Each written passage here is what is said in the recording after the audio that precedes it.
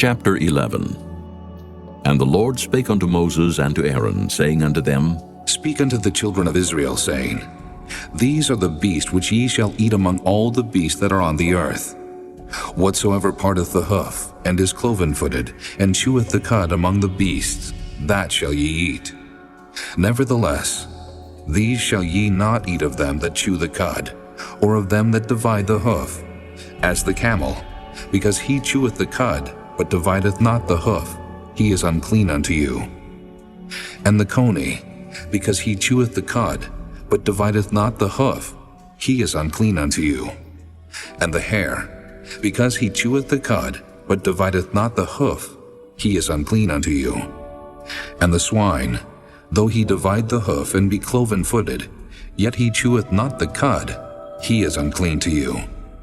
Of their flesh shall ye not eat, and their carcass shall ye not touch, they are unclean to you. These shall ye eat of all that are in the waters. Whatsoever hath fins and scales in the waters, in the seas and in the rivers, them shall ye eat.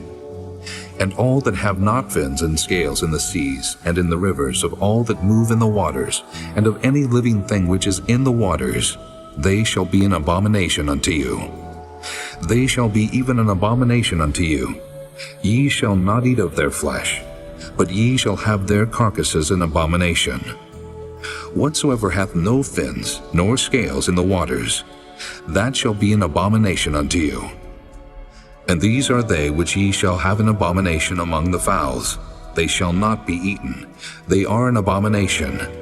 The eagle, and the ossifrage, and the osprey, and the vulture, and the kite after his kind, every raven after his kind, and the owl, and the nighthawk, and the cuckoo, and the hawk after his kind, and the little owl, and the cormorant, and the great owl, and the swan, and the pelican, and the sheer-eagle, and the stork, the heron after her kind, and the lapwing, and the bat.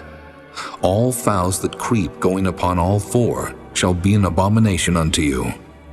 Yet these may ye eat of every flying creeping thing that goeth upon all four, which have legs above their feet to leap withal upon the earth. Even these of them ye may eat, the locust after his kind, and the bald locust after his kind, and the beetle after his kind, and the grasshopper after his kind.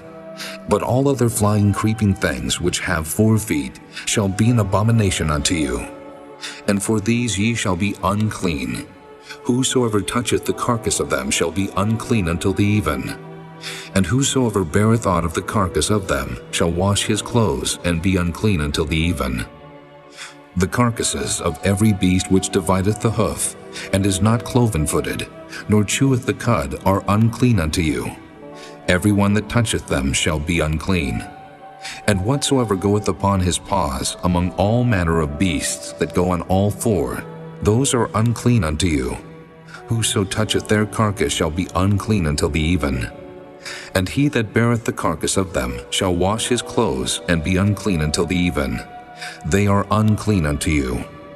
These also shall be unclean unto you among the creeping things that creep upon the earth, the weasel, and the mouse, and the tortoise after his kind, and the ferret, and the chameleon, and the lizard, and the snail, and the mole. These are unclean to you among all that creep. Whosoever doth touch them, when they be dead, shall be unclean until the even. And upon whatsoever any of them, when they are dead, doth fall, it shall be unclean. Whether it be any vessel of wood or raiment, or skin or sack, whatsoever vessel it be, wherein any work is done, it must be put into water, and it shall be unclean until the even, so it shall be cleansed. And every earthen vessel, whereinto any of them falleth, whatsoever is in it shall be unclean, and ye shall break it. Of all meat which may be eaten, that on which such water cometh shall be unclean, and all drink that may be drunk in every such vessel shall be unclean. And everything whereupon any part of their carcass falleth shall be unclean, whether it be oven, or ranges for pots, they shall be broken down, for they are unclean and shall be unclean unto you. Nevertheless, a fountain or pit, wherein there is plenty of water, shall be clean. But that which toucheth their carcass shall be unclean. And if any part of their carcass fall upon any sowing seed which is to be sown, it shall be clean. But if any water be put upon the seed, and any part of their carcass fall thereon, it shall be unclean unto you. And if any beast of which ye may eat die, he that toucheth the carcass thereof shall be unclean until the even. And he that eateth of the carcass of it shall wash his clothes, and be unclean until the even. He also that beareth the carcass of it shall wash his clothes, and be unclean until the even. And every creeping thing that creepeth upon the earth shall be an abomination, it shall not be eaten. Whatsoever goeth upon the belly, and whatsoever goeth upon all four, or whatsoever hath more feet among all creeping things that creep upon the earth, them ye shall not eat, for they are an abomination. Ye shall not make yourselves abominable with any creeping thing that creepeth, neither shall ye make yourselves unclean with them, that ye should be defiled thereby. For I am the Lord your God.